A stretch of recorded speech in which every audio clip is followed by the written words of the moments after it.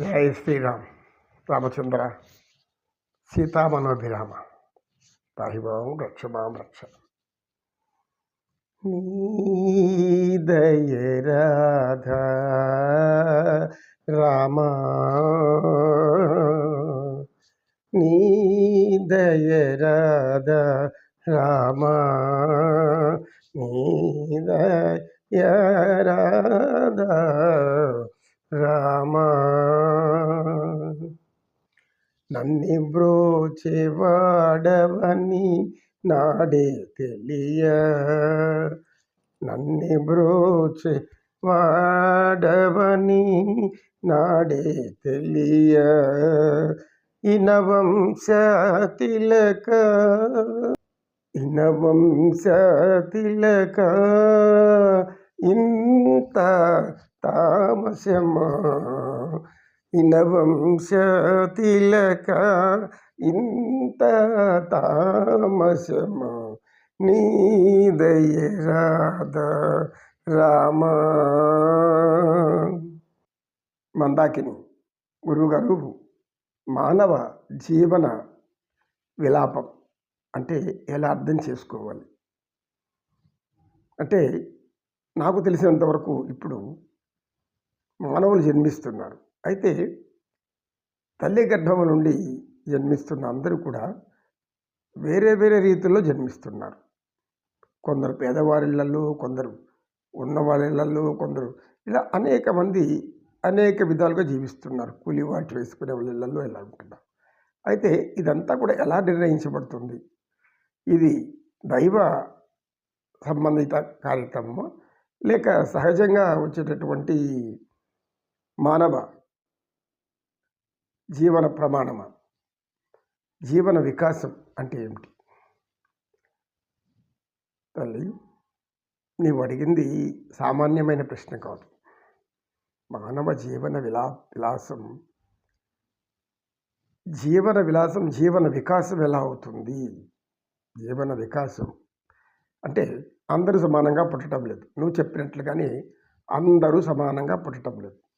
కొందరు ధనవంతులలో పుడుతున్నారు, కొందరు కోటీశ్వరునిలో పుడుతున్నారు, కొందరు రైతు కుటుంబంలో పుడుతున్నారు, కొందరు కూలివాడి కడుపులో పుడుతున్నారు, కొందరు అడుక్కొని తినేవాళ్ళ ఇళ్ళలో కూడా పుడుతున్నారు, కొందరు అనేక రకాలుగా మానవ జన్మలు వస్తున్నాయి, మనం చూస్తున్నాం.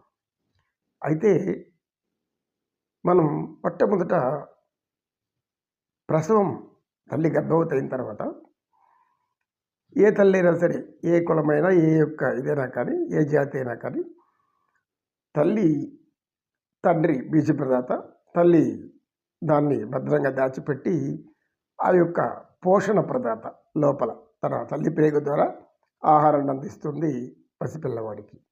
లోపలని జన్మనిచ్చే బిడ్డకి, ఆడపాపైనా మగవాడైనా. ఈ మధ్య తరచు చూస్తుంటే ఈ కొత్త రకమైనటువంటి స్కానింగ్లు వచ్చి ఆడబిడ్డ అని తెలియగానే అనేక మంది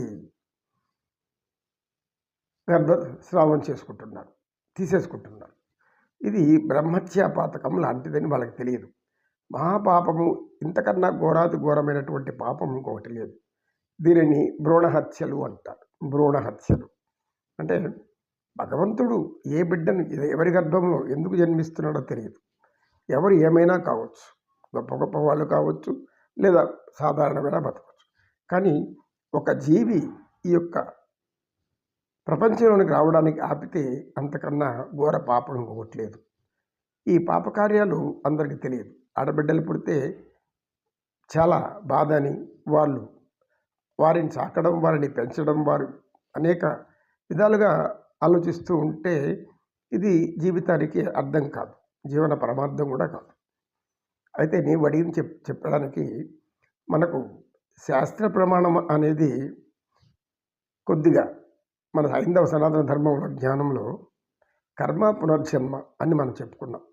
అంటే కర్మలను అనుసరించి జన్మిస్తూ ఉంటారు. ఏ గర్భంలో ఎవరు జన్మించాలనేది ఈ యొక్క విధి. విధి అంటే ఒక పెద్ద కాలస్వరూపం. ఈ యొక్క విశ్వంలో ఉన్న కాలమంతా కూడా ఏ సమస్త జీవరాశులను ఎక్కడెక్కడ ఎలా జన్మింప చేయాలని నిర్ణయించబడుతూ ఉంటుంది ఆ కర్మల అనుసారం. కనుక మనం మానవుల వరకు తీసుకుందాం. తల్లి గర్భం నుండి బిడ్డ జన్మిస్తాడు. 9 మాసాలు మోసిన తర్వాత ఆ తల్లి కంటుంది. కంటిన తర్వాత ఆడబిడ్డైనా మగబిడ్డైనా పిడికిళ్ళు 2 గట్టిగా బిగించుకుంటారు. పిడికిళ్ళు 2 గట్టిగా బిగించుకుంటారు. ఆ పిడికిళ్ళు ఏం ఉంటుంది లోపల, ఎందుకు బిగించుకున్నారు అంటే, కాళ్ళు చేతులు అన్నీ మామూలుగా ఉంటాయి. చేతి పిడికిళ్ళు మాత్రం పెట్టుకుంటారు.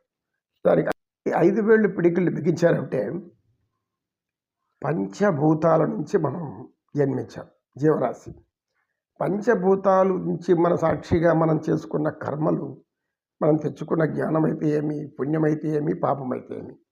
పుణ్యఫలము, పాపఫలము ఈ రెండే ముఖ్యంగా మానవ జీవితంలో కనపడేది మనకు. పుణ్యాత్ములు అనేక సుఖాలు, సంపదలు, సంతోషాలు ఏమో అనుభవించి వాళ్ళు అలా పుడుతుంటారు అనేది చూస్తున్నాం. అదేవిధంగా పాపం అనే కర్మ వలన ఏ పేదరికంలోనూ, లేకుంటే ఏ కష్టపడే వాళ్ళ ఇంట్లోనో, లేదా అడుక్కొని తినే వాళ్ళ ఇంట్లోనో ఇలాగే ఎన్నో విధాలుగా జన్మిస్తూ ఉంటారు. అంటే పిడికిళ్ళు ఎందుకు బిగించుకొని వచ్చారంటే, వాళ్ళు గత జన్మలో చేసుకున్నటువంటి పాపపుణ్యాలు చేతిలో పెట్టుకొని వచ్చారు. ఎంత పాపం ఉంటే అటువంటి కర్మలు అనుభవించాలి, ఎంత పుణ్యం ఉంటే అటువంటి కర్మలు అనుభవించాలి. అవి పూర్తిగా అనుభవించేదాకనే వారికి కాస్త విశ్రాంతి తర్వాత చెప్పుకుందాం. నమో కృష్ణ, నమో కృష్ణ. ఈ పిడికిళ్లలో మనం పాప పుణ్యాలు అనేదాన్ని పట్టుకొస్తున్నామని మన యొక్క శాస్త్రాలు తెలియజేస్తాయి. అంటే పిడికిళ్ళు ఎందుకు బిగించుకొని ఉంటారు పసిబిడ్డ అన్నప్పుడు, అందులో పాప పుణ్యాలు అనేటివి చేతుల్లో ఉన్నాయి. అది పుణ్యకర్మ అనేది వ్యాపిస్తుంది. ఇలా వ్యాపించి దాని అనుసారం జీవితం గడుస్తుంది. అంటే కర్మానుసారం మన జీవితం నడుస్తుంది. మన జీవితాన్ని మనం నడిపించాలని అనేక ప్రయత్నాలు చేస్తారు అనేక మంది. కానీ అందరూ అనుకున్నట్టుగా ఎవరి జీవితం నడవదు. ఎటువంటి ప్రజలు 100% జరగదు. తాను ఒకటి తెలిసిన దైవం ఒకటి తెలుస్తుంది. అంటే ఏమి, దైవం ఏం తెలుస్తుంది? మనం చేసే పనులన్నీ చెడ్డ పనులు చేయిస్తుందా దైవం? చేయించదు. చెడ్డ పనులు చేసి మంచి పనులు చేయిస్తుందా? చేయించదు. కర్మానుసారం మనం అనుభవిస్తున్నాయి. అయితే ఇక్కడ ఒక విషయం ఏంటంటే, ఈ విధి వ్రాతను భగవంతుని యొక్క ధ్యానంతో మనం దానిని ఎదిరించుకొని బయటపడటానికి కావాల్సినటువంటి జ్ఞానం మనకు ఇస్తాడు భగవంతుడు. అందుకే దైవారాధన ఉంది, దేవాలయాలు ఉన్నాయి, మన పూజలు, వ్రతాలు, పుణ్యాలు ఇవన్నీ అందుకే కారణం.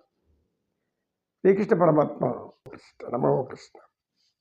హే గోవింద, వెంకటరమణ, పాహిమాం రక్షమ.